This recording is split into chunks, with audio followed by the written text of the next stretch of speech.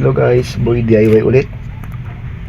Tagal tayong walang upload. Bali, ang DIY natin ngayon, maglalagay tayo ng charger kay Barako. Yan, Barako. Ito yung charger niya guys, 12 volts.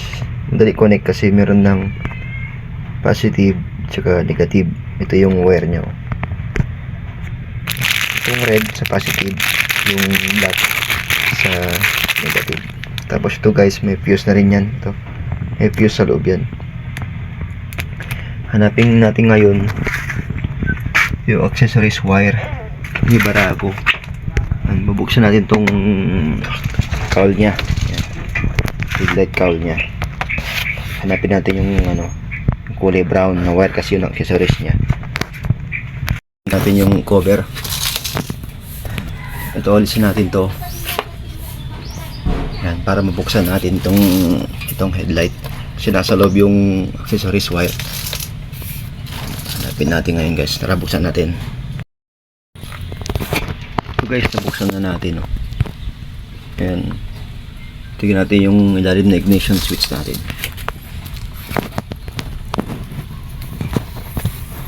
So ito yung guys, ignition switch. Tapos ito yung wire nya. Sundan natin ngayon yan. Ito na yan, yan. Ito na yan guys, yan. Yung wire na yan, yung papunta sa ignition switch. Ito yung sinasabi ko na yun. Yung brown, yung accessories wire.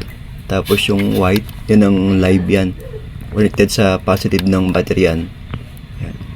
So, ito tayo makakonect sa may brown para gagana lang yan pag naka-on ang ating ignition switch. So guys, tinanggal natin yung yung socket.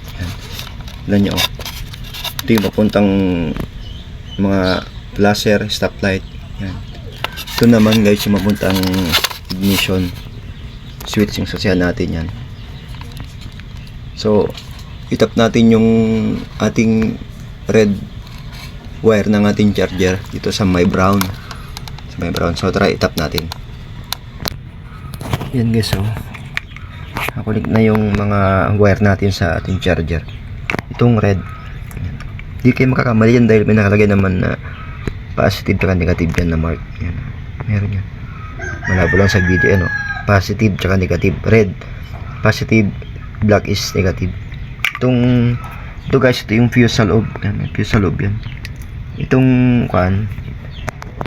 Itong red, itap natin doon. Alisin natin tong nya, connector nya. Itap na lang natin doon para hindi tayo magputol ng wire.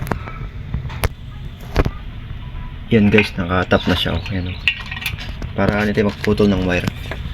Yan. Nakatap doon sa may brown. Yan. Diba walang putol. Mamaya guys, para safe, balutan ko ng yan, electrical tape. At least wala tayong pinutol na wire. Yan. Itong black nya guys, sa body ground, kahit sa bakal ng motor basta walang pinto. Yun guys, tapos nating na-connect. Ito na yung ating charger ni Barako, cellphone charger ni Barako. Yan. Pansamantala guys, ko muna sa body ground. Yan. Basta yung black, kahit sa banda ba sa bakal na walang pintor, yun, tandaan nyo lang yan.